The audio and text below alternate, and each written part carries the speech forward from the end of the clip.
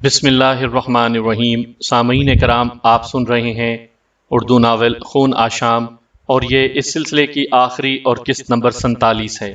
मुझे उम्मीद है आपको मेरी ये काविश पसंद आई होगी।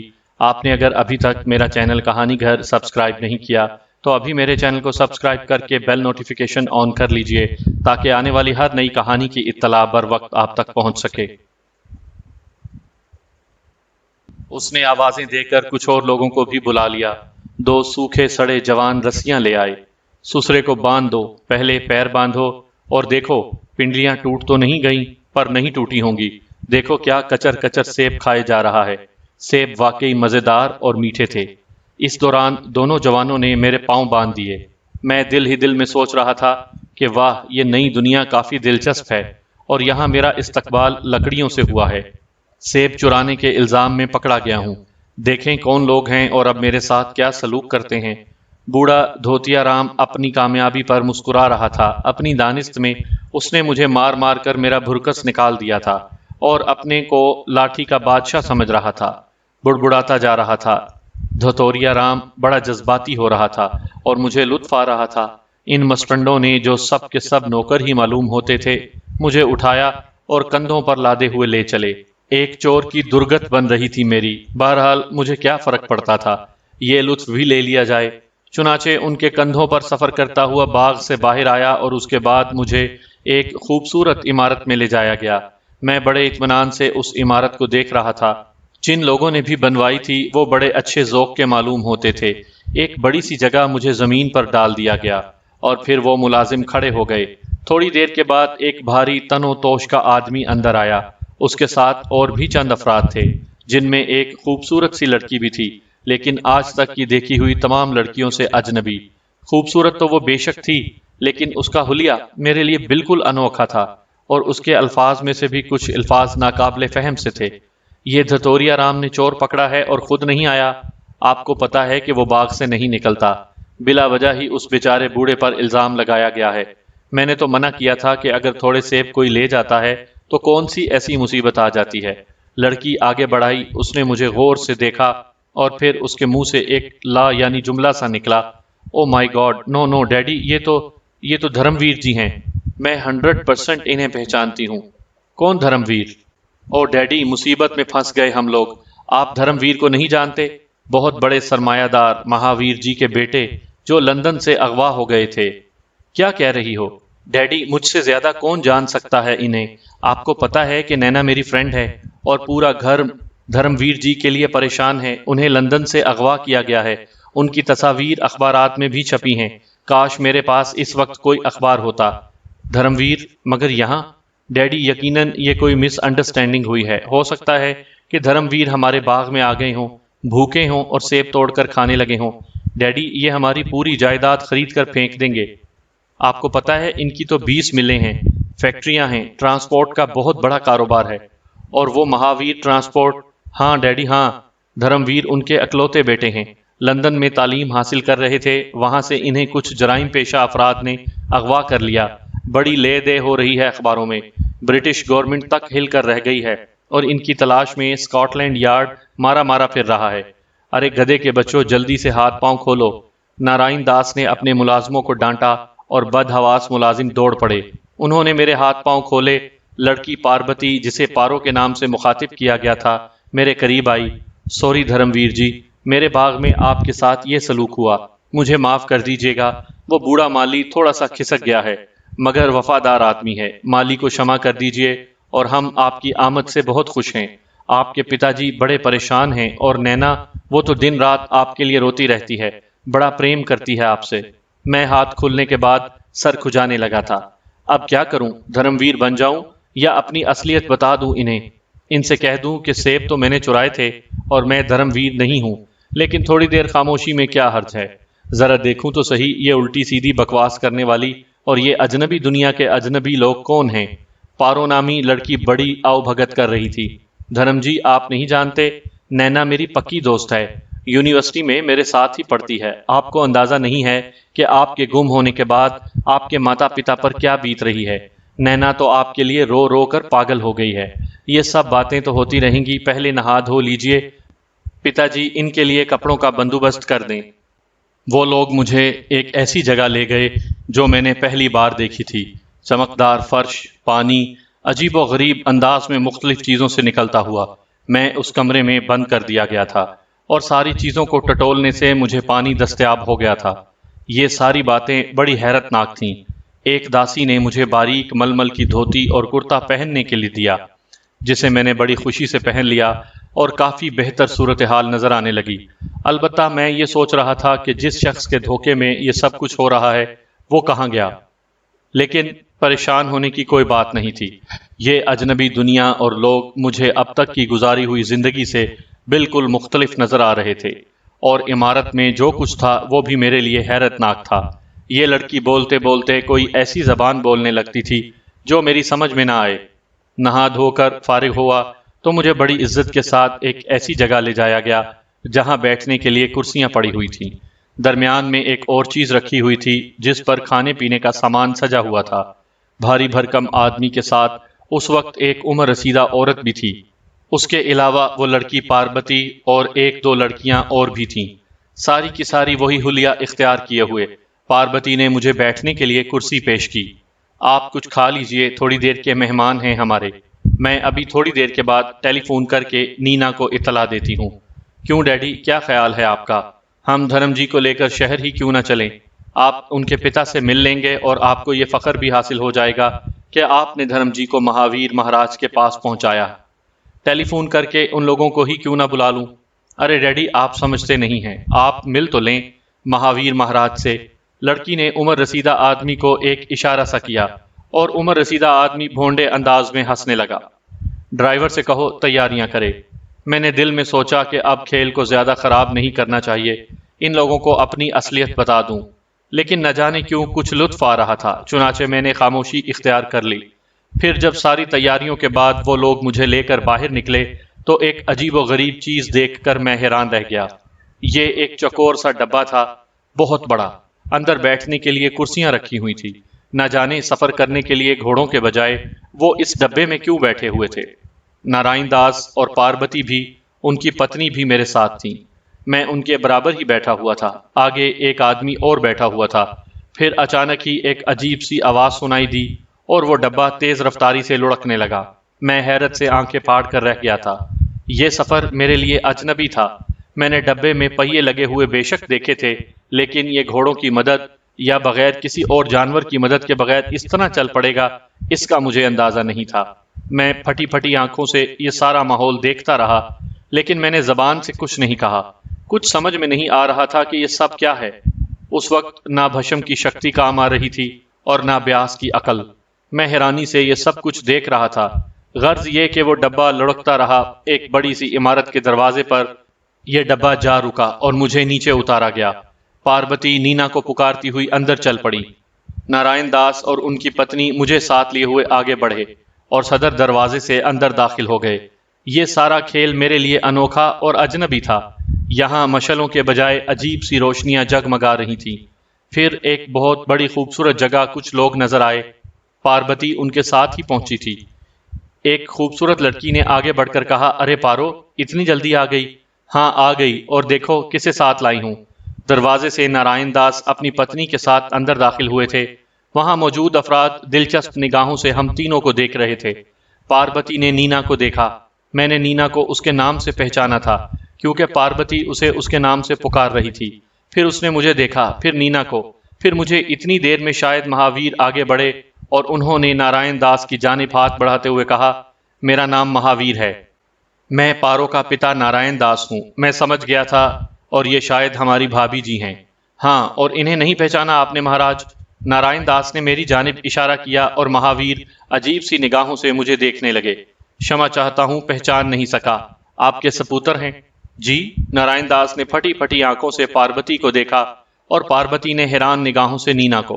फिर वो सरगोशी के अंदाज में बोली, लेकिन सरगोशी ऐसी थी कि मैं सुन सकता था। नीना, ये तेरे भैया धर्मवीर नहीं हैं? हैं? नीना ने मुतजबाना अंदाज में कहा, ये धर्मवीर नहीं। भैया तो आ गए, मैं तुझे बताने ही वाली थी। हैं? मगर ये क्या ये तेरे भैया के हमशक्ल नहीं हैं? पार्वती ने हैरानी से कहा और नीना मुझे गौर से देखने लगी। थोड़ा थोड़ा कह सकती है, मगर बड़ा फर्क है। ये हैं कौन? पार्वती ने परेशान निगाहों से मुझे देखा, फिर अपने बाप को, और उसके बाद आहिस्ता आहिस्ता चलती हुई उनके करीब पहुंच गई। उसने शायद नारायण दास को यह सूरत हाल बताई थी, और नारायण दास भी चौंक पड़े थे। फिर उनके चेहरे पर गुस्से के आसार नजर आए। तेरा दिमाग खराब हो गया है पार्वती क्या? पिताजी, मैं तो यही समझी थी, आप अगर चाहें तो नीना के भैया को देख लें, बहुत ज्यादा मिलते जुलते हैं। नीना भी यही कह रही थी। फिर महावीर ने पूछा, किस्सा क्या है नारायण दास? और नारायण दास ने सारी हकीकत उन लोगों को बता दी। मैं मट्टी के माधो की मानिंद खामोशी से उन लोगों की बातें सुन रहा था और लुत्फ ले रहा था। महावीर भी हैरान रह गए। नीना और पार्वती भी हैरान थे। असल में मेरा बेटा एडवेंचर पसंद है। गायब हो गया था लंदन से कुछ दिन के लिए। स्विट्जरलैंड, स्वीडन, डेनमार्क, नॉर्वे और न जाने कहां कहां की सैर करके आखिरकार वापस पहुंच गया। लेकिन ये शख्स कौन है? क्या इसने अपने आप को धर्मवीर बताया है? हाँ, नारायण दास जी ने मुझे गुस्से से घूरते हुए कहा। हालांकि मेरे माली ने उसे सेब चुराते हुए पकड़ा था। तब तो ये चोर हुआ, और ये चोर हमारे घर में ऐश करता रहा है। पुलिस के हवाले कर दो इसे, ये हमें बेवकूफ बनाने आया था, महावीर ने कहा, और एकदम फिर काया पलट हो गई। वो लोग जो मेरी खिदमत गुजारी में लगे हुए थे, एक लम्हे में मेरे दुश्मन बन गए। कौन है तू और क्या चक्कर चला रखा है तूने? बैठें तो बताऊं, मैंने पुरसकून लहजे में कहा। तेरा नाम क्या है? ब्यास, मैंने मासूमियत से जवाब दिया। मगर तूने अपना नाम धर्मवीर बताया था, किसे बताया था? जरा पूछिए, मैंने जवाब दिया। पार्वती तू बता। मम्मा मैं क्या बताऊं, मैं तो यही समझी थी। इन्होंने तो कुछ नहीं कहा था। क्या मतलब? हम ही इन्हें धर्मवीर समझते रहे थे। इसने अपना नाम मुझे नहीं बताया था। फिर भी ये अब तक धर्मवीर क्यों बना रहा? ठहरो, मैं अभी पुलिस को फोन करता हूँ। हम इसे पुलिस के हवाले किए देते हैं। इसने तो बड़ा लंबा चक्कर चलाने की कोशिश की थी। ये मेरे बेटे का बदल बनना चाहता था। मैं इसे नहीं छोड़ूंगा। पुलिस आ गई। मैं अपने तजर्बे के मुताबिक ये अंदाजा लगाने में कामयाब हो गया कि ये पुलिस इस राजधानी की फौज है। वही खेल, वही चक्कर। नारायण दास और महावीर ने मिलजुल कर सेनापति के बारे में बताया, और सेनापति गुस्सीले अंदाज में मुझे देखने लगे। गिरफ्तार कर लो इसे, ये दो बड़े आदमियों को धोखा देना चाहता था। उन्होंने मेरे हाथों में फिर से रस्सियां बांध दी। अलबत्ता मैंने पार्वती के चेहरे पर तासुफ के आसार देखे थे। फिर वो लोग मुझे घसीटते हुए वहां से ले चले। मैंने मुस्कुराकर यहाँ खड़े हुए तमाम लोगों को देखा, और फिर खुद को घसीटने वालों को अपनी ताकत से संभाल लिया, और उन लोगों से बोला, आपने मुझे इन सेनाओं के हवाले कर दिया है। मेरा दोष बस यही था ना कि मैंने पार्वती के बाग से 2 सेब खा लिए थे। माली ने उसके बदले मुझे बहुत मारा और पकड़कर आपके पास ले गया। आप लोगों ने मुझसे मेरा नाम तक नहीं पूछा था, बस अपने तौर पर सब कुछ समझ लिया था। मैंने तो आपसे नहीं कहा कि मेरा नाम धर्मवीर है, ना मैंने ये कहा कि मुझे अच्छे कपड़े दिए जाएं। बस 2 सेब लेने का जुर्म किया था मैंने, और इसके बाद आपने मुझे अपनी सेनाओं के हवाले कर दिया है। क्या इतने से दोष पर? खैर, मैं नए नए जहानों की तलाश में फिरता रहता हूँ। आपकी ये दुनिया बड़ी अच्छी है, पर इन सब से कह दीजिए कि मेरे साथ बुरा सलूक ना करें। मुझसे मेरे बारे में पूछ तो लें, मैं खुद ही सब कुछ सच सच बता दूंगा। आप लोगों का धन्यवाद कि 2 सेब के बदले में आप इतने बड़े लोगों ने मेरे साथ ये सलूक किया। नए संसार के नए लोग बड़े अजीब लगे मुझे। चलो, सेनापति ने मुझे घसीटते हुए कहा, और मैं हंसता हुआ उसके साथ आगे बढ़ गया। वैसा ही दौड़ने वाला डब्बा उनके पास भी मौजूद था। मुझे ये सब कुछ बड़ा अच्छा लग रहा था। फिर वो लोग मुझे एक कैद खाने में ले गए। यहाँ बड़ी बड़ी मोटी सलाखों का एक पिंजरा बना हुआ था, जिसके पीछे मुझे डाल दिया गया, और शायद उनका काम खत्म हो गया। पता नहीं यहाँ का राजा कौन था। मैं ये सारी बातें मालूम करना चाहता था। वैसे ये नई दुनिया सारी दुनियाओं से ज्यादा अजीब और अजनबी थी, और मैं खामोशी से वहां समय बिता रहा था। सारे के सारे काम अनोखे और अजीब थे। न जाने यहाँ क्या क्या हो रहा था। मैं ये सब समझने की कोशिशों में मसरूफ था। समझता रहा। ज्यादा फर्क नहीं था, मगर अब मुझे क्या करना चाहिए? थोड़ा वक्त यहाँ गुजार लूं, उसके बाद देखूंगा। कैद खाने में मैं अकेला ही था। संतरी दरवाजे के सामने बार बार चक्कर लगा रहा था। खाना दिया गया, जो बाहर तोड़ खा लिया। दुनिया में रहने वाले अच्छे लोगों के बारे में सोचता रहा। रात हो गई। रात को दरवाजा खोला गया, और संतरी मुझे बाहर निकालकर एक कमरे में ले गए। यहाँ सेनापति महाराज बैठे हुए थे। बस जरा अंदाज बदला बदला सा लगता। 2-3 सिपाही भी उनके साथ थे। कुछ दिन बाद मुझे एक बड़ी इमारत में ले गए, जहां लातादाद पिंजरे बने हुए थे। मुझे एक ऐसे पिंजरे में पहुंचा दिया गया जहां 2-3 कैदी और मौजूद थे, लेकिन यहाँ एक कैदी को देखकर मेरे होशो हवास दुरुस्त हो गए थे। एक बेहद बूढ़ा आदमी था जो घुटनों में सर दिए हुए बैठा था। पहले तो मैंने उस पर कोई तवज्जो नहीं दी। दूसरे कैदियों ने भी मुझ पर एक नजर डाली और अपने अपने कामों में मसरूफ हो गए। लेकिन बहुत देर के बाद जब उस कैदी ने सर उठाया तो मैं उसकी सूरत देखकर दंग रह गया। मैं उसे कैसे भूल सकता था? मेरा आशीष भगवंत था। महाराज चंद्रखंड वो भी यहाँ मौजूद थे और मेरी तरह पिंजरे में बैठे हुए थे। उन्होंने मुझे और मैंने उन्हें देखा और मैं दौड़कर उनके करीब पहुंच गया। मैंने उनके चरण छूना चाहे तो उन्होंने मुंह बनाकर पांव पीछे हटा लिए। आ गया ससुरे औकात में, तेरी जिद हम सबको ले डूबी, चंद्रखंड महाराज ने कहा। अरे महाराज, आप यहाँ क्या कर रहे हैं? झक मार रहे हैं, कैद में पड़े हुए हैं और क्या कर रहे हैं? आप जैसा ज्ञानी ध्यानी और कैद में? आप तो इन सबको भस्म कर सकते हैं महाराज। आपका ज्ञान कहाँ गया? जख्मों पर नमक छिड़क रहा है? नहीं महाराज, मेरे हाथ खाली हैं और आपके शरीर पर जख्म भी नजर नहीं आ रहे। देख ब्यास, होश में आ जा। तू यहाँ कैसे आ मरा ससुरे? क्या तू भी समुंदर पार कर गया था? समुंदर पार? तो और क्या, समुंदर तो पार किया था मैंने। बस तो अब आ जा इस नरक में और यहीं जीवन बिता दे। मगर हुआ क्या है महाराज? भस्म की शक्ति दी थी मैंने तुझे, ब्यास की अकल दी थी, पर भूल हो गई मुझसे। तुझे भस्म ही रहने देना चाहिए था। ब्यास बनाकर तेरी अकल चरने छोड़ दी मैंने और तूने अपनी इस अकल से जो कुछ किया मेरे खिलाफ ही किया। चंद्रखंड महाराज, ज्यादती आपने भी की थी। मैं आपके इशारों पर चलता रहता, कभी गर्दन ना उठाता आपके सामने, पर भला ये कोई बात थी कि हरिचंद वर्धानी और कृपान सिंह मल्होत्रा मेरे सामने आ जाएं और मेरी शक्ति उन्हें पहचान भी न सके। अगर आप मुझे थोड़ी बहुत ज्ञान शक्ति दे देते तो बात आगे ही न बढ़ती। जिद आपने भी की और जिद मुझे भी आ गई। सब कुछ देने के बाद भी आपने मुझे जंजीरों से बांध रखा था। वो जंजीरें तेरे काम ही आती रहती, मैं हमेशा तेरे साथ रहता। ना महाराज ना, आप सिर्फ अपने काम के समय मेरे साथ होते, बाकी मुझे अकेला ही रहना पड़ता। क्या रखा है इन बातों में, खत्म हो गया है सब कुछ। मगर कैसे महाराज? मुझे तो ज्ञान शक्ति मिली ही नहीं थी और मैं मल्होत्रा पंथी में फंसने जा रहा था। वो तो अच्छा हुआ कि मेरी आंखें खुल गईं और मैंने सोचा कि जब भोज लेखा कृपान सिंह मल्होत्रा की किताब है और मुझे मल्होत्रा पंथी में फंसना पड़ेगा, तो मैंने सोचा भाड़ चूल्हे में जाए सब कुछ। क्या फायदा ये ज्ञान ध्यान लेने से? और फिर मुझे तो प्रेम करना ही नहीं चाहिए। मैं कोई इंसान हूँ, बिला वजह चंद्रिका के चक्कर में युगों का सफर कर रहा हूँ। बस महाराज, तबीयत वहीं से उचाट हो गई। फिर कुछ बहरी कजाकों के हाथ लग गया। वो मुझे कश्ती में बिठा कर ले चले और उसके बाद उनकी कश्ती तूफान की नजर हो गई और मैं बहता हुआ यहाँ आ निकला। जानता है ये कौन सा युग है? अब ये सारे युगों की बातें तो तुम ही जानते होगे। ये बताओ, ये आगे का युग है या पीछे का? ये बहुत आगे का युग है। तू भी समुद्र का शिकार होकर उसी में पहुंच गया। मैं, कृपान सिंह मल्होत्रा और हरिचंद वर्धानी भी लड़ते हुए समुद्र ही की नजर हो गए और जूं ही हमने समुद्र पार किए, सारी शक्ति सारा ज्ञान समुद्र ही में रह गया। सारे के सारे सुसरे भंड हो गए। अब ना हरिचंद्र वर्धानी के पास कोई ज्ञान है, ना कृपान सिंह मल्होत्रा के पास, और यही कैफियत मेरी भी है। तीनों के तीनों बर्बाद हो गए और सारा ज्ञान ध्यान हाथ से चला गया। पर सबसे बुरी बात यह है कि हम लोगों ने अमृत जल पी रखा है। मौत हमारे पास नहीं आएगी, जीते भी रहेंगे और किलस किलस कर मरेंगे। है भगवान, जो किया बुरा किया। तेरी लीला अपरंपार है। तेरी लीला के साथ ही मनुष्य का जीवन और मरण है। अरे जीवन का अंत हो तो भला चिंता किस बात की, और जिस जीवन का कोई अंत ही ना हो और उसके साथ साथ और कुछ भी ना हो, तो फिर उससे बुरा जीवन और कौन सा है। और देख ले, हम मर नहीं सकते, जीना पड़ेगा हमें। पर देख ले कैसे जी रहे हैं। एक समय क्या था और एक समय क्या है। मैं खामोशी से चंद्रखंड की बातें सुनता रहा। मैंने कहा, लेकिन महाराज, आप यहाँ कैसे आ गए? और क्या यहाँ सेनापति नहीं होते? वो सब पुरानी बातें हैं। अब ना कोई राजा होता है, ना कोई सेनापति। ये अनोखी दुनिया और अनोखे लोग हैं, पर बहुत बुरे हैं। ऐसी मार लगाते हैं कि मनुष्य के बदन की खाल ही उतर जाए। आप यहाँ कैसे आ फंसे?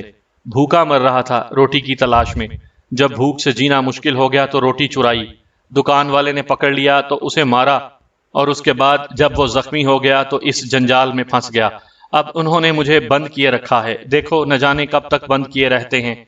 मैं हैरानी से चंद्रखंड को देखने लगा, उसकी बातों पर गौर करता रहा। अचानक ही चंद्रखंड उछल पड़ा। ब्यास, एक बात कहूं, मान लेगा मेरी बात? नहीं महाराज, वादा तो कोई नहीं कर सकता। खेल आपने बिगाड़ा है और मैं आपके एहसानात से आजाद हो चुका हूं। अब मैं कोई एहसान ना तुझ पर कर रहा हूं, ना तुझसे गुरु दक्षिणा मांगता हूं। दोनों की जान बचानी है। गुरु चेले के चक्कर छोड़ और जान बचाने की सोच, तो फिर कहो, देख मेरे पास अब कोई शक्ति नहीं है सिवाय इसके कि जीता रहूं, पर तेरे पास भस्म शक्ति है। ब्यास शक्ति तो इस दौर में बेकार है, असल चीज इस दौर में भस्म शक्ति ही है।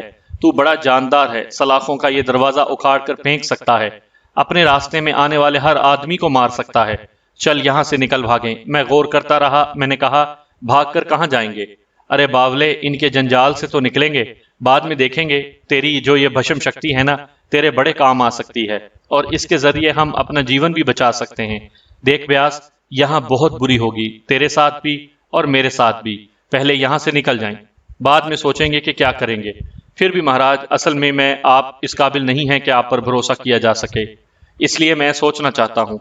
चंद्रखंड एक ठंडी सांस लेकर खामोश हो गया, लेकिन फिर फौरन ही वो हो गया जिसने चंद्रखंड की ये तजवीज बकौल उसके भंड कर दी हो। हुआ यूं कि संतरी आए और चंद्रखंड को वहां से निकाल ले गए। वो पूछता ही रह गया कि भाई कहाँ ले जा रहे हो, मगर संतरियों का अंदाज बड़ा जारहाना था। उन्होंने चंद्रखंड को उसकी बात का कोई जवाब नहीं दिया और उसे सख्ती के साथ घसीटते हुए बाहर ले गए। मुझे हंसी आ गई थी। ये थे महाराज चंद्रखंड, जिन्होंने एक तवील अरसा इसलिए बनवास लिया था और जीवन से दूर रहे थे कि अपने दुश्मनों से बदला लेना चाहते थे, लेकिन सारे का सारा खेल ही खत्म होकर रह गया। अब बेचारे इन दो दो टके के संतरियों के चक्कर में पड़े हुए थे। सारे ज्ञान ध्यान की मट्टी पलीद हो गई थी। बहरहाल मुझे कोई फिक्र नहीं थी, बल्कि अब मुझे एक और तजुर्बा भी हो गया था। अब तो शायद कितना ही समय निकल गया था। जैसा कि चंद्रखंड ने मुझे बताया कि युग ही बदल गया है। मैंने पीछे की जानिब जो सफर किया था वो खुद ब खुद समुंदर में गिरकर खत्म हो गया और मैं एक नए युग में आ गया। बहरहाल ये सब कुछ था बड़ा अजीब, चंद्रखंड के जादू से भी ज्यादा अजीब। यहाँ ऊंची ऊंची सड़कें, हाथ के इशारे से जल उठने वाली मशलें, दौड़ते हुए डब्बे जो घोड़ों से ज्यादा तेज रफ्तारी से दौड़ते थे, ये सारी चीजें बड़ी अनोखी थीं। लेकिन मुझे जिस पिंजरे में बंद कर दिया गया था, इसमें बंद रहकर मैं बाहर की दुनिया को नहीं देख सकता था, जबकि मेरे दिल में आरजू थी कि मैं इस दुनिया को देखूं। इतना समय बीत जाने के बावजूद मुझे खून की तलब महसूस नहीं हुई थी, और इसकी बुनियादी वजह शायद ये थी कि मेरे सर पर खुला चांद और खुला आसमान नहीं था। गोया ये एक शर्त थी मेरी इस फितरत की, जिसमें मुझे खून आशाम करना होती थी कि चांद पूरा हो और मेरे सर पर खुला आसमान हो। बस उसी वक्त मुझे खून की तलब महसूस होती थी। ये भी चंद्रखंड की लगाई हुई एक मुसीबत थी, लेकिन हो सकता है अब मुझे इसकी जरूरत ही पेश ना आए, क्योंकि बकौल चंद्रखंड के मैंने भी समुंदर का सफर तय कर लिया है, और समुंदर अबूर करने के बाद हर किस्म का जादू फना हो जाता है। ये बात भी मेरे गुरु महाराज मेरे आशीष भगवंत ने मुझे बताई थी। बहरहाल न जाने वो लोग चंद्रखंड को कहाँ ले गए। अब मुझे किसी से पूछने की जरूरत भी नहीं थी, क्योंकि मुझे किसी से कोई दिलचस्पी ही नहीं बाकी रह गई थी। मेरे साथ भी खेल शुरू हो गया। उन लोगों ने मेरे हाथों में रस्सियां बांधी और मुझे एक जगह ले गए जहां बहुत से लोग मौजूद थे। एक सामने बैठा हुआ था और न जाने वो लोग क्या क्या बातें करते रहे थे। फिर मुझे वापस उसी पिंजरे में पहुंचा दिया गया। खाने पीने को दिया जाता था और कोई ऐसी बात नहीं होती थी जो मेरी मर्जी के खिलाफ हो। 3-4 बार मुझे वहीं उस आदमी के सामने पेश किया गया और वो लोग न जाने क्या क्या बकवास करते रहे। मेरी समझ में बस ये आ रहा था कि मुझ पर किसी सरदार सिंह के कत्ल का इल्जाम लगाया गया था। कुछ दिन बाद ये लोग मुझे एक अजीब जगह ले गए। वहां एक कुर्सी वगैरह रखी हुई थी जिसे वो लोग इलेक्ट्रिक चेयर कह रहे थे। मुझे उस पर बिठाया गया, मगर मुझे कुछ भी ना हुआ, बस बदन में गुदगुदी सी होने लगी। बहुत देर गुजर जाने के बाद ये लोग एक और जगह ले गए जहां मुझ पर बहुत से धमाके किए गए, मगर मुझे कुछ नहीं हुआ। आखिर वो परेशान हो गए। आखिरकार मुझे एक बड़ी सभा में ले जाया गया। यहाँ बेशुमार अफराद बैठे हुए थे। बड़ी खूबसूरत जगह थी ये, ऐसी कि बस देखने दिखाने से ताल्लुक रखती थी। दीवारें लगता था शीशे की बनी हुई हैं, जमीन भी शीशे की बनी हुई थी, और न जाने कैसे कैसे खड़ाग वहां फैलाए गए थे। मुझे वहां ले जाकर एक कुर्सी पर बिठा दिया गया। मैंने बैठने के बाद कहा, देखो भाइयों, अब तक तुम लोग मेरे साथ जो खेल खेलते रहे हो, मैंने खामोशी से उस खेल में तुम्हारा साथ दिया है, लेकिन अब बहुत हो गई। अब मुझे आज़ादी दे दो। मैं तुम्हारे इस संसार को देखना चाहता हूँ। और देख लो, ना तो मैंने इस दौरान किसी का खून किया है और ना ऐसा जुर्म किया है जो तुम लोगों के लिए बुरा हो, लेकिन अब मजबूरी हो गई है। मैं आज तक तुम लोगों से हर तरह का ताउन करता रहा हूँ और जैसा तुमने कहा है वैसा ही करता रहा हूँ, लेकिन अब बात हद से बढ़ गई। अब मुझे मेरी मर्जी के मुताबिक जीवन बिताने दो। एक निहायत ही संजीदा सा आदमी जो देखने में बहुत अच्छा लगता था आगे बढ़ा और मेरे सामने कुर्सी घसीट कर बैठ गया। हम तुमसे तुम्हारे बारे में मालूमात करना चाहते हैं। क्या मालूमात करना चाहते हो? सभी तो मुझसे मालूमात कर चुके हो और जो कुछ मुझे मालूम था वो मैं बता चुका हूँ। मैं जानता हूँ कि ये कुल युग है और कुल युग के रहने वाले तमाम लोग न जाने कैसे लोग हो। अरे इतने दिन से तुम मुझे मारने की कोशिशें करते रहे हो, तुम्हारी खोपड़ी में ये बात नहीं आई कि तुम मुझे नहीं मार सकते। हम इसकी वजह जानना चाहते हैं। क्या वजह जानना चाहते हो? यही कि ना तुम पर गोली असरअंदाज होती है, ना इलेक्ट्रिक चेयर तुम्हारी जिंदगी ले सकती है। फांसी के फंदे पर तुम 20-22 मिनट लटके रहे और इसके बाद वहां से वापस आ गए और तुम मुझे हर कीमत पर मारना चाहते हो। अरे अपनी जैसी कोशिशें करके नाकाम हो चुके हो, अब इसके बाद मैंने अपनी कोशिशें शुरू कर दी तो तुम में से एक भी यहां से जिंदा वापस नहीं जा सकेगा। नहीं, तुम ऐसी कोशिशें ना करो। हम लोग साइंसदान हैं और तुम्हारे बारे में तहकीकात करना चाहते हैं। तुम कोई दां हो, मुझे इससे कोई गर्ज नहीं। अब मैं यहां से जाना चाहता हूं। तुमसे कुछ बातें करनी है नौजवान दोस्त। हमारी इन बातों का जवाब दे दो, इसके बाद तुम जहां चाहो जा सकते हो। यकीन करो अब तुम्हें हम लोग नहीं रोकेंगे। हुकूमत ने भी तुम्हारी रिहाई की इजाजत दे दी है और हमने खुफिया तौर पर ये इंतजामात कर लिए हैं। लेकिन अगर तुम पसंद करो तो अपने बारे में हमें तफसीलात बता दो ताकि हमारी मालूमात में इजाफा हो सके। अरे क्या तफसीलात बता दूं? बिला वजह ही ये इधर उधर की हरकतें करते फिर रहे हो। कभी लटका देते हो, कभी कुर्सी पर बांध देते हो, कभी गोलियां मारते हो। मैं कहता हूं तुम कुछ बिगाड़ सके मेरा? अरे मेरा तो पूरी पूरी ईसाई फौजें मिलकर कुछ नहीं बिगाड़ सकी, तुम मेरा क्या बिगाड़ सकोगे? हम यही जानना चाहते हैं कि कोई चीज तुम्हारे जिस्म पर असरअंदाज क्यों नहीं होती। मैं भस्म हूं, समझते हो? भस्म भस्म समझते हो? भस्म? चारों तरफ से आवाजें बुलंद होने लगीं। हाँ भस्म, बड़ा शक्तिमान, अमृत जल पिया हुआ है मैंने। क्या समझे? ना मुझ पर आग असरअंदाज होगी, ना मिट्टी, ना पानी, ना जमीन की गहराइयां, ना अंधेरा, ना उजाला। क्या समझे? तुम मुझे किसी तरह हलाक नहीं कर सकते। वो सब फटी फटी आंखों से मुझे देखते रहे। मगर ये भस्म शक्ति है क्या? चंद्रखंड से पूछो। चंद्रखंड? ये कौन है? महान जादूगर, मगर अब सुसरा तुम्हारी कैद में है। करपान सिंह मलोधा भी गया और हरिचंद वर्धानी भी। वो लोग एक दूसरे की शक्लें देखने लगे। गालिबन मेरी कोई बात उनकी समझ में नहीं आ रही थी। तो फिर अब मुझे जाने की इजाजत है, मगर तुम? अच्छा भैया ठीक है, अब तुम्हारी मर्जी। मैं अपनी जगह से उठकर खड़ा हो गया और जैसे ही मैं खड़ा हुआ वहां भगदड़ मच गई। वो लोग एक एक करके दरवाजे से निकल भागे थे। वो सब के सब मुझसे खौफजदा थे। चूंकि मेरा माजी उनके सामने था, वो मुझे कोई नुकसान नहीं पहुंचा सके थे और जब मैं उन्हें नुकसान पहुंचाने पर तुल गया तो फिर उनके लिए फरार ही मुनासिब था। बाहर निकलकर देखा, दूर दूर तक कोई आदमी मौजूद नहीं था। हाँ, इस इमारत के बड़े दरवाजे पर चंद लोग खड़े हुए थे। ये गालिबन सेना के लोग थे और वही हथियार लिए हुए खड़े थे जिनसे गोलियां चलती थीं और धमाके होते थे। उन्होंने मुझ पर बहुत से धमाके किए और उसके बाद खुद उनकी हालत बिगड़ गई। अपना वार नाकाम होते देखकर उनके हौसले भी पस्त हो गए थे। चुनाचे वो भी भाग लिए और मैं इमारत के दरवाजे से बाहर निकल आया। फिर इंसानों की भीड़ में गुम हो जाना मेरे लिए मुश्किल नहीं हुआ। मैं आम लोगों के दरमियान आ गया जो चल फिर रहे थे, अपने अपने कामों में मसरूफ थे। बाजार लगे हुए थे, लोहे के डब्बे दौड़ रहे थे। न जाने क्या क्या हो रहा था। मेरी तो अकल चकरा कर रह गई थी। लेकिन अब मैंने ये सोच लिया था कि मैं किसी के चक्कर में नहीं आऊंगा। खुद ही इस नए संसार को देखूंगा और कोशिश करूंगा कि किसी को मेरे हाथों नुकसान न पहुंचे और उसके बाद ये लोग मेरे पीछे न पड़ें। पुरअमन रहूंगा, नई जिंदगी देखूंगा। और मैंने देखा, मैंने समंदर देखा, इसमें उड़ते हुए अजीमुशान पहाड़ देखे। ये नई कायनात है। कदीम जादू कुछ नहीं है इसके सामने। कुल जग के जादूगरों ने सब कुछ खत्म कर दिया है। ये जादू सर चढ़कर बोल रहा है। फिर मैंने फौलादी परिंदे देखे, उसके पेट में इंसान छुपे होते थे। इंसान उन परिंदों पर बैठकर उड़ते थे, जहां दिल चाहता था रुक जाते थे। मैंने एक शख्स से पूछा, ये कौन सा परिंदा है? देहाती हो क्या? पहली बार शहर आए हो? हाँ, ये जहाज है, हवाई जहाज। परिंदा नहीं है, इंसानों का बनाया हुआ परिंदा है। बड़े ज्ञानियों का दौर है ये, मैंने दिल में सोचा। सचमुच इन ज्ञानियों से मुझे डर लगने लगा था। फिर मुझे एक आदमी नजर आया, मैंने उसे पहचान लिया। चंद्रखंड के अलावा कोई नहीं था। वो मुझे देखकर हैरान रह गया था। हम दोनों एक दूसरे के करीब आ गए। आप भी निकल भागे चंद्रखंड महाराज? निकल नहीं भागा, रिहा कर दिया गया। उन लोगों को दया आ गई थी मुझ पर। कोई त्यौहार मना रहे थे ये लोग। उस त्यौहार के मौका पर बूढ़े कैदियों को छोड़ा जाता था, सो उन्होंने मेरी सजा भी माफ कर दी और मुझे छोड़ दिया। उस दिन वो जो आपको ले गए थे, हाँ उसी दिन छोड़ दिया था।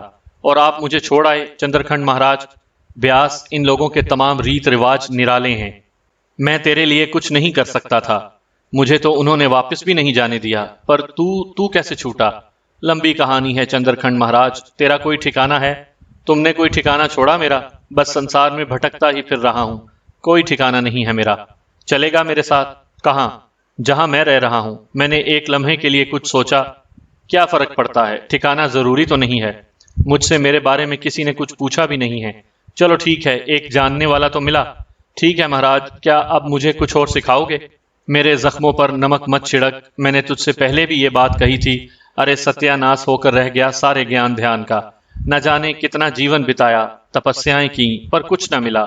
इस कुल जग ने सब कुछ छीन लिया। आ चल, हम सब एक साथ ही रहते हैं। कौन हम सब? चल, मिला दूंगा तुझे, आशीष भगवंत ने कहा, और मैं शाने हिलाकर रह गया। न जाने वो किससे मिलाने की बात कर रहे थे, और न जाने कौन सब साथ रहते थे। हम लोग एक गंदे से इलाके में पहुंच गए। छोटे छोटे घर बने हुए थे। गलियों में कीचड़ और गंदगी और कूड़ा क्रिकेट पड़ा हुआ था, पर उससे क्या फर्क पड़ता है। फिर एक दरवाजे के सामने चंद्रखंड रुका। दरवाजे पर लटकी जंजीर बजाई और किसी ने दरवाजा खोल दिया। एक और बूढ़ा आदमी था। उसने चंद्रखंड को देखा और फिर मुझे, और फिर बुरी तरह उछल पड़ा। हम दोनों अंदर दाखिल हो गए। सहन में दो बंदर बंधे हुए थे जो रोटी खा रहे थे। मुझे देखकर उछल कूद मिचाने लगे। मैंने मुस्कुराती निगाहों से उन्हें देखा। तभी एक और तीसरा बूढ़ा भी अंदर दाखिल हो गया। उसने मुझे देखते ही कहा, यह भशम है। ब्यास है, दूसरे ने जवाब दिया। मैं तो पहले ही पहचान गया था, मगर मैं उन लोगों को नहीं पहचाना, मैंने कहा, और चंद्रखंड मुंह बनाकर गर्दन झटकने लगा। ये कृपान सिंह मल्होत्रा है। इशारा उस आदमी की जानिब था जिसने दरवाजा खोला था। ओहो, मल्होत्रा महाराज, वाह! 3 दुश्मन जिन्होंने जिंदगी भर दुश्मनी निभाने का अहद किया था, अब एक साथ रहते हैं। बैठो भशम, जब इंसान पर विपता पड़ती है ना, तो दुश्मन भी दोस्त हो जाते हैं। अरे हम तो ऐसी मुसीबत का शिकार हुए हैं इस कुल जग में कि बस भगवान ही याद आता है अब। क्या पहले भी भगवान आपको याद आता था? भगवान ही से तो भागे हुए थे। खैर, तो आप तीनों यहाँ इकट्ठे हो ही गए। हाँ, और बड़े परेशान हैं। अरे हाँ मल्होत्रा महाराज, वो चंद्रिका कहाँ गई? बड़ी सुंदर थी। और भोजलेखा का क्या हुआ? मैंने पूछा। सब बेकार हो गया। वो एक रियासत की राजकुमारी थी। ज्ञान ध्यान सीखने के लिए मेरे चक्कर में पड़ गई। यूं समझ लो भोजलेखा मैंने उसी के लिए ही तैयार की थी। संसार में न जाने ये क्या करती फिरी, राजाओं महाराजाओं पर हुकूमत करती रही, अमृत जल पिया और अमर हो गई। पर हमारी तलाश में भटकती हुई वो भी समुंदर पार कर गई। सारी भोजलेखा पानी में गल गई और उसके बाद किनारे पर आ लगी। हमसे ज्यादा बुरी हालत उसकी है, क्योंकि उसने अमृत जल पीने के साथ साथ एक ज्ञान भी कर लिया था। उसका सारा ज्ञान ऐसी तैसी में मिल गया। क्या हुआ? वो कहाँ है? दिखाएंगे। दूसरे दिन हम चारों चल पड़े। कहीं से साफ सुथरे कपड़े मिल गए थे, वो पहन लिए। चंद्रखंड भी हमारे साथ था। हम चारों चलते हुए इंसानों की भीड़ से गुजरते हुए एक ऐसी जगह आ गए जहां ढोल ताशे बज रहे थे। घरों से नाचने गाने की आवाजें आ रही थीं। घुंघरू छनक रहे थे। हम लोग एक घर की सीढ़ियां तय करने लगे। थोड़ी देर के बाद हम ऊपर पहुंच गए। एक बड़ा सा कमरा था जिसमें बड़ा अच्छा फर्श बिछा हुआ था। एक तरफ बाजे वाले बैठे बाजा बजा रहे थे। आसपास बहुत से लोग बैठे हुए आह वाह कर रहे थे, और बीच में एक बहुत ही सुंदर लिबास पहने चंद्रिका नाच रही थी। और वो चंद्रिका ही थी। उसने अपनी जवानी को भी अमर कर लिया था। ये लोग तो खैर बूढ़े हो गए थे और उनकी शक्लें ही बदल गई थीं, मगर चंद्रिका का वही हुस्न, वही जवानी थी। उसके घुंघरुओं की झनकार फिजा में गूंज रही थी और नीचे बिछे हुए फर्श पर चांदी का छिड़काव हो रहा था। तभी चंद्रिका ने मुझे देखा और उसके घुंघरू थम गए। उसने नाचना बंद कर दिया। मुझे देखती रही, बहुत देर तक देखती रही। फिर उसके बाद उसे चक्कर आ गया। वो नीचे बैठी और फिर लेटती चली गई। चारों तरफ हाहाकार मच गई। ये हालत देखकर चंद्रखंड राज ने सबको वहां से चलने का इशारा किया। वहां से नीचे आए। वो खुद भी तुम्हारे फेर में पड़ गई थी। बाद में तो सुना है कि खुद उसने तुम्हारा पीछा करना शुरू कर दिया था। मैंने कोई जवाब नहीं दिया। चंद्रिका की यह दुर्गत मेरे लिए अफसोसनाक थी। चांदी के निशानात अब भी फर्श पर पड़ते थे, लेकिन उसकी कोई इज्जत किसी की निगाहों में नजर नहीं आती थी। मैं तो एक बात जानता हूं महाराज, मैंने कहा। वो क्या? नए युग में हमारा गुजर मुश्किल है। जीना ही है तो जंगलों में निकल चलो। कोई वीराना तलाश करते हैं, वहीं खाने पीने का बंदोबस्त करेंगे और जीवन बिताएंगे। वहां कैसे रहेंगे? पत्थरों में, गुफाओं में? बात तो सोचने की है, चंद्रखंड ने कहा। फिर बोला, और दूसरों से क्या कहें? इनसे क्या कहना है, शाम को उन सब से बात करेंगे। अब तो वो हमारे दोस्त हैं, दुश्मनी तो समुंदर में बहने के बाद खत्म ही हो गई।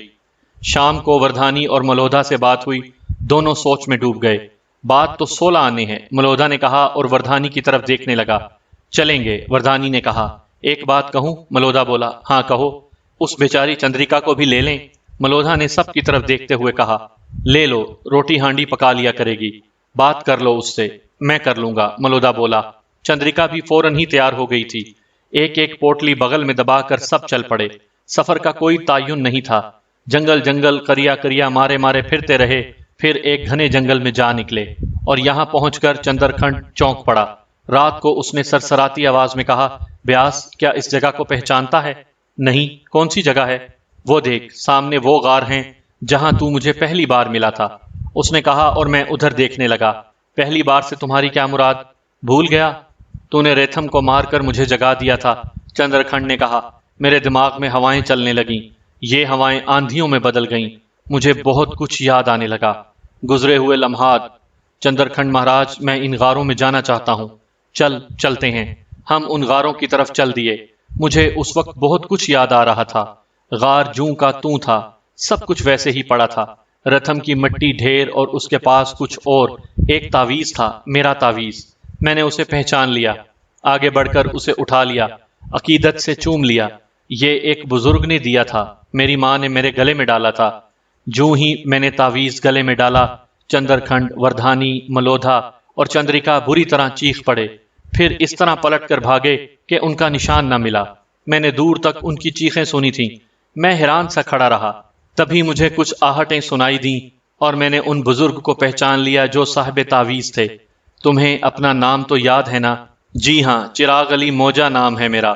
बाप का नाम भी याद होगा, सुल्तान अली मौजा। शुक्र है, सुन, मौत बरहक है। शैतान को इजाजत है कि बहकाए वरगलाए। सब फानी है, फानी फानी, बाकी सब झूठ। अमृत जल कुछ नहीं है सिवाय एक शैतानी धोखे के। जिंदा जावेद वो होते हैं जो अपना फर्ज पूरा करके दुनिया से चले जाएं। खालिक अपने महबूब बंदों को हयात जावेद बख्श देता है। शैतान भला क्या है? जा, जो गुजरी सो गुजरी। मौत तलाश कर के मौत का मजा ही कुछ और है। जो लिखा है वो ही बरहक है। हवस को है निशाते कार क्या क्या, ना हो मरना तो जीने का मजा क्या। मौत ही मंजिल है, जो खो गया उसे तलाश कर। बुजुर्ग गायब हो गए और फिर मैं वहां से चल पड़ा। और अब एक ही आरजू है, तेरी खुदाई में होती है हर सहर की शाम। इलाही, मेरे सहर की भी शाम हो जाए।